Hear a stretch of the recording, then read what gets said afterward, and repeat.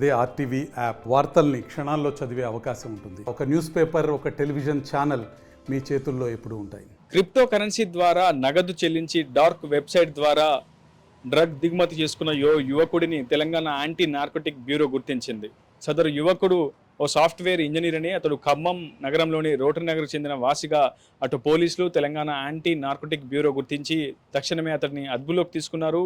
అస్సాం నుంచి dark website ద్వారా crypto విధానంలో నగదు చెల్లించి 2.5 గ్రాముల హెరాయిన్, దాదాపు 30,000 రూపాయల విలువ చేసే హెరాయిన్ను అతడు దిగుమతి చేసుకున్నట్లు స్పీడ్ పోస్ట్ ద్వారా పొందినట్లు తెలంగాణ యాంటీ నార్కోటిక్ బ్యూరో అయితే గుర్తించారు. సదరు యువకుడిని ట్రాక్ చేసి కన్సిగ్మెంట్ నెంబర్ ద్వారా అతన్ని ఎప్పటికప్పుడు ట్రాక్ చేస్తూ నార్కోటిక్ బృందంతో పాటు ఖమ్మం 2 టౌన్ చెందినటువంటి పోలీసులు ఆ యువకుడిని గుర్తించి తక్షణమే అదుపులోకి తీసుకొని NDPS యాక్ట్ కింద కేసు అయితే నమోదు చేశారు. ప్రస్తుతం ఆ విచారణను మరింత వేగవంతం చేస్తున్నారు. సదరు డ్రగ్ డీలర్ దీపక్ దాస్ గా గుర్తించారు Telangana anti narcotic bureau. Assam నుంచి పెద్ద మొత్తంలో అటు తెలంగాణతో పాటు ఇతర ప్రాంతాలకు పెద్ద మొత్తంలో డ్రగ్ సరఫరా అవుతుంది. డ్రగ్ను దిగుమతి చేసుకుంటున్నారు. వినియోగదారులు, యువకులు, విద్యార్థులు చాలా పెద్ద మొత్తంలో డ్రగ్స్ను సేవిస్తూ పూర్తిగా వారి భవిష్యత్తును ఛిద్రం చేసుకుంటున్నారంటే ఇప్పటికే తెలంగాణ యాంటీ నార్కోటిక్ బ్యూరో ఇప్పటికే అప్రమత్తమైంది. తెలంగాణ ప్రభుత్వం కూడా మత్తు పదార్థాల వినియోగం, రవాణాపై ఉక్కుపాదం మోపాలని నిర్ణయించేందులో భాగంగా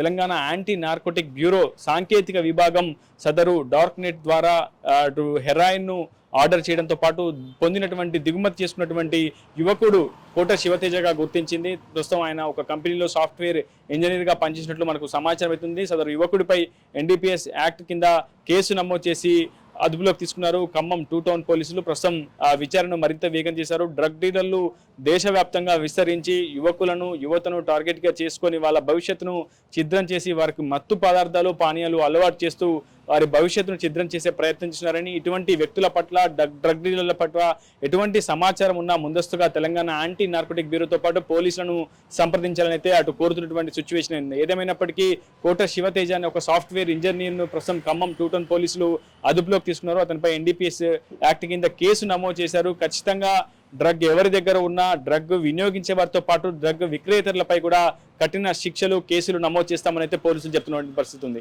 ఇదే video reporter Uday, RTV Khammam నుంచి. మరిన్ని వీడియోస్ కోసం ఛానల్ ని సబ్స్క్రైబ్ చేయండి. లేటెస్ట్ అప్డేట్స్ కోసం వాట్సాప్ ఛానల్ ని ఫాలో చేయండి. అండ్ లింక్ డిస్క్రిప్షన్ లో ఉంది.